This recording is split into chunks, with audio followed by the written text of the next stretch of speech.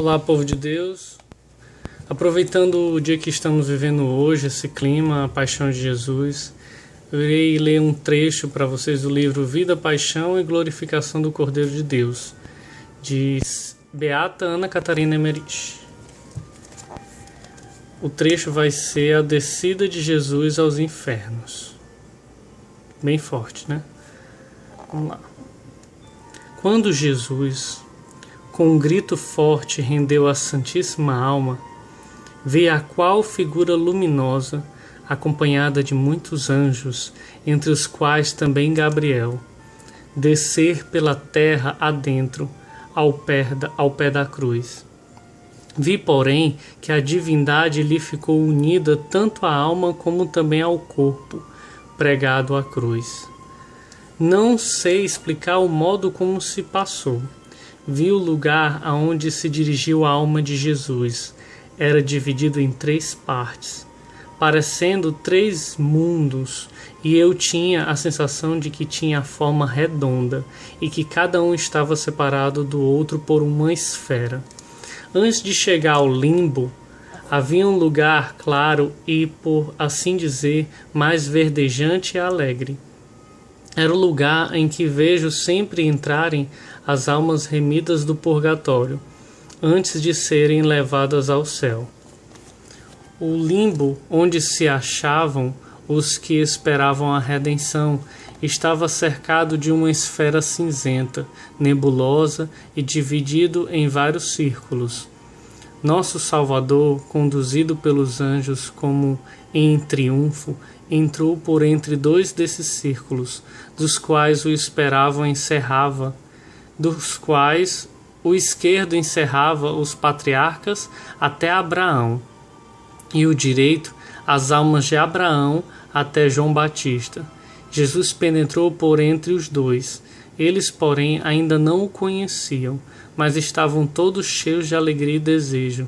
Foi como se dilatassem esses páramos da saudade angustiosa, como se ali entrasse o ar, a luz e o orvalho da redenção. Tudo se deu rapidamente, como o sopro do vento. Jesus penetrou através dos 2 círculos, até um lugar cercado de neblina, onde se achavam Adão e Eva, nossos primeiros pais. Falou-lhes e adoraram-no com indivisível felicidade. O cortejo do Senhor, a qual se juntou o primeiro casal humano, dirigiu-se então à esquerda ao limbo dos patriarcas que tinham vivido antes de Abraão. Era uma espécie de purgatório, pois entre eles se moviam, cá e lá, maus espíritos que atormentavam e inquietavam algumas dessas almas de muitas maneiras. Os anjos bateram e mandaram que a abrissem, pois havia lá uma entrada, uma espécie de porta que estava fechada. Os anjos anunciaram a vinda do Senhor. Parecia-me ouvi-los exclamar: abri as portas. Jesus entrou triunfalmente. Os espíritos maus, retirando-se, gritaram: que tens conosco? Que queres fazer de nós? Queres crucificar-nos também? E etc.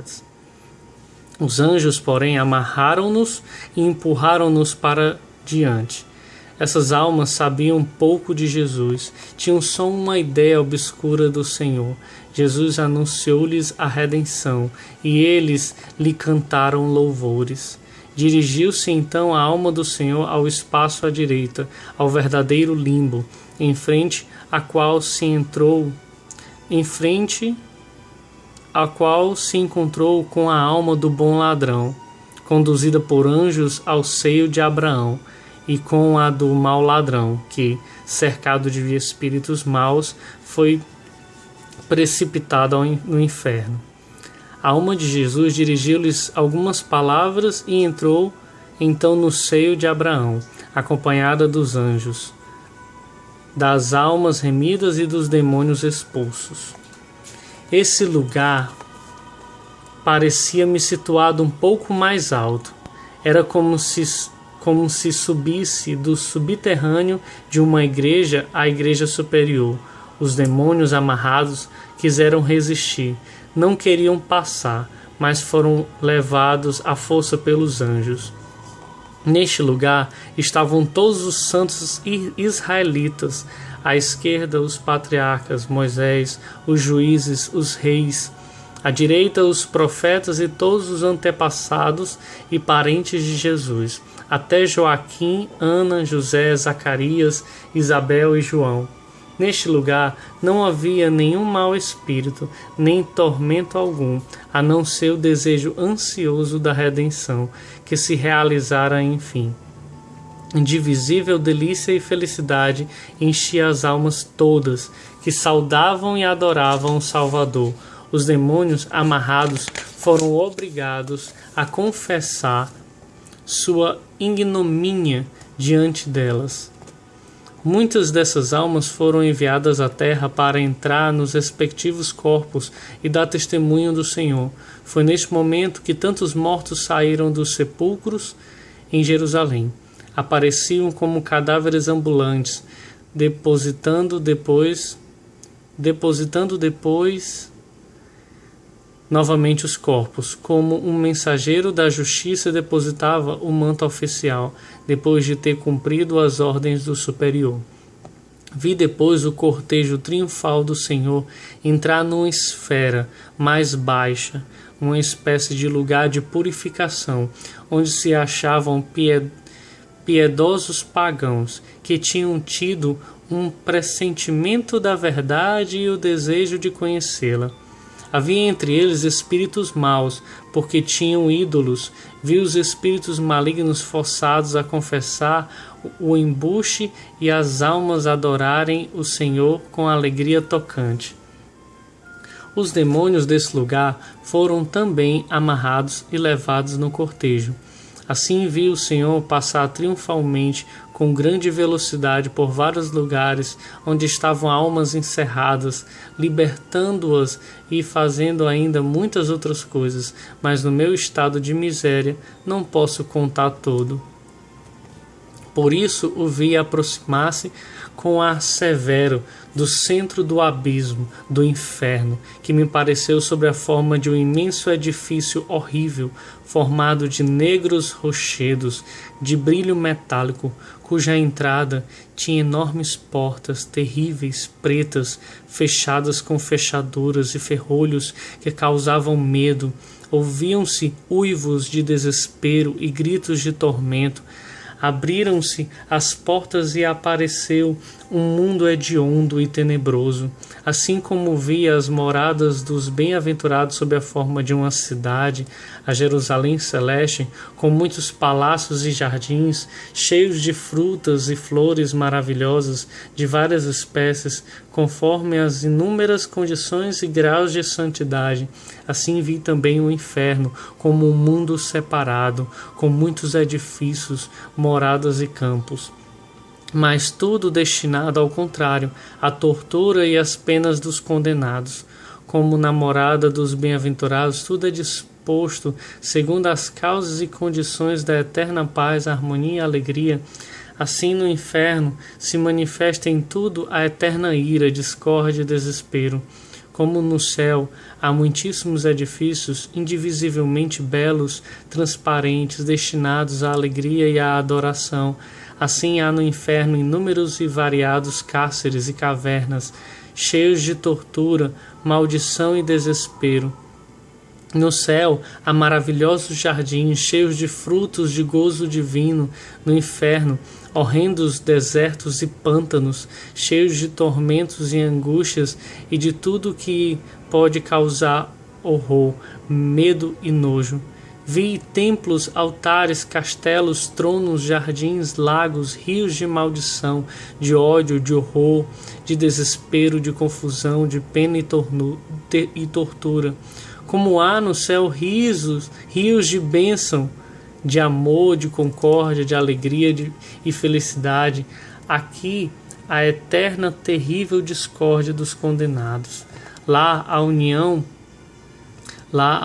bem-aventurada dos santos. Todas as raízes da corrupção e do erro produzem aqui tortura e suplício. Em inumeráveis manifestações e operações, há só um pensamento reto, a ideia austera da justiça divina, segundo a qual cada condenado sofre a pena, suplício, que é o fruto necessário de seu crime, pois tudo o que se passa e se vê de horrível neste lugar é a essência, a forma e a perversidade do pecado desmascarado, da serpente que atormenta com o veneno maldoso os que o alimentaram no seio. Vi lá uma colunata horrorosa, em que tudo se referia ao horror e à angústia, como no reino de Deus a paz e ao repouso. Tudo se compreende facilmente ao vê-lo, mas é quase impossível exprimir tudo em palavras. Quando os anjos abriram as portas, viu-se um caos de contradição e de maldição, de injúrias, de uivos e gritos de dor. Vi Jesus falar à alma de Judas. Alguns dos anjos prostraram exércitos inteiros de demônios. Todos foram obrigados a reconhecer e adorar Jesus, o que foi para eles o maior suplício. Grande número deles foram amarrados a um círculo que cercava muitos outros, que deste modo também ficaram presos. No centro havia um abismo de trevas. Lúcifer foi amarrado e lançado nesse abismo, onde vapores negros lhes ferviam em redor. Tudo se fez segundo os decretos divinos. Ouvi dizer que Lúcifer, se não me engano, 50 ou 60 anos antes do ano 2000 de Cristo, seria novamente solto por certo tempo. Muitas outras datas e números foram indicados, dos quais não me lembro mais. Deviam ser soltos ainda outros demônios antes desse tempo, para a provação e castigo dos homens. Creio que também em nosso tempo era a vez de alguns deles e de outros poucos depois do nosso tempo. É-me possível contar tudo quanto me foi mostrado. São muitas coisas e não as posso relatar em boa ordem. Também me sinto tão doente e quando falo dessas coisas, elas se me representam novamente diante dos olhos, e só o aspecto já é suficiente para nos fazer morrer. Ainda vi exércitos imensos de almas remidas saírem do purgatório e do limbo, acompanhando o Senhor, para um lugar de delícias abaixo da Jerusalém celeste. Foi lá que vi também, há algum tempo, um amigo falecido. A alma do bom ladrão foi também conduzida para lá, e viu assim o Senhor no paraíso, conforme a promessa. Vi que nesse lugar foram preparados banquetes de alegria e conforto, como os tenho visto já muitas vezes em visões consoladoras. Não posso indicar com exatidão o tempo e a duração de tudo que se passou, como também não posso contar tudo quanto vi e ouvi lá, porque eu mesma não compreendo mais tudo, já porque podia ser mal compreendida pelos ouvintes. Vi, porém, o Senhor em lugares muito diferentes. Até no mar parecia santificar e libertar todas as criaturas. Em toda parte fugiam os maus espíritos diante dele e lançaram-se no abismo. Vi também a alma do Senhor em muitos lugares da terra. Vi-o aparecer no sepulcro de Adão e Eva, sob o Gólgota. As almas de Adão e Eva juntaram-se-lhe novamente. Falou-lhes e com eles o vi passar, como sob a terra, em muitas direções e visitar os túmulos de muitos profetas, cujas almas se lhe juntaram, próximo das respectivas ossadas, e explicou-lhes o Senhor muitas coisas. Vi-o depois com esse séquito escolhido, em que seguia também Davi, passar em muitos lugares de sua vida e paixão. explicando-lhes com indivisível amor todos os fatos simbólicos que se tinham dado ali e o cumprimento dessas figuras em sua pessoa. Vi-o especialmente explicar às almas tudo quanto se dera de fatos figurativos no lugar em que foi batizado, e contemplei muito comovida a infinita misericórdia de Jesus, que as fez participar da graça de seu santo batismo. Causou-me inexprimível comoção ver a alma do Senhor acompanhada por esses espíritos bem-aventurados e consolados, passar como um raio de luz através da terra escura e dos rochedos, pelas águas e pelo ar, e pairar tão sereno sobre a terra. É o pouco de que me lembro ainda, de minha contemplação da descida do Senhor aos infernos e da redenção das almas dos patriarcas depois de sua morte.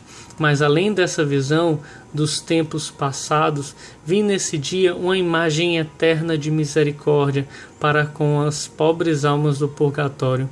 Vi que em cada aniversário desse dia lança por meio da igreja um olhar de salvação ao purgatório.